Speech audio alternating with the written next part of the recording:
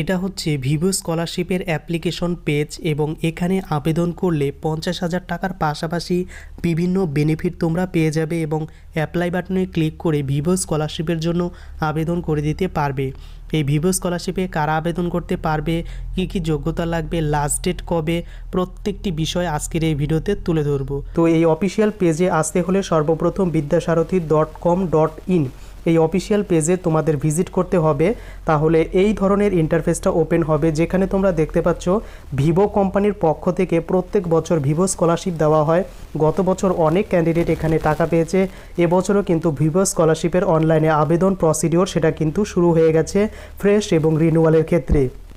তো এবার দেখে নেব এই স্কলারশিপের এলিজিবিলিটি ক্রাইটেরিয়া বা কী যোগ্যতা লাগবে।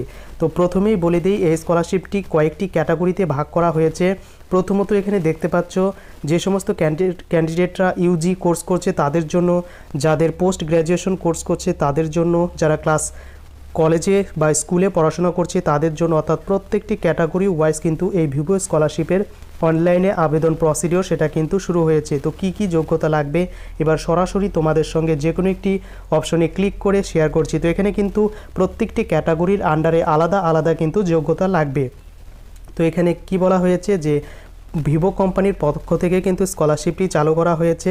তো এলিজিবিলিটি ক্রাইটেরিয়ায় উচ্চ মাধ্যমিকে যদি 70%-এর ওপরের নম্বর থাকে আর অথবা যদি ডিপ্লোমা থেকে থাকে তাহলে ডিপ্লোমায় 70% মিনিমাম মার্কস থাকলে এই ভিভো স্কলারশিপে আবেদন করতে পারবে।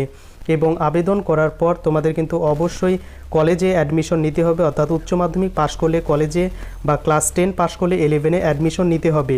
এবং কোন জেন্ডার আবেদন করতে পারবে, অর্থাৎ মেল এবং ফিমেল প্রত্যেকেই এখানে কিন্তু আবেদন করতে পারবে। এবং যাদের ফ্যামিলি ইনকাম 5 লক্ষ টাকার কম তারাও কিন্তু এলিজেবল হবে।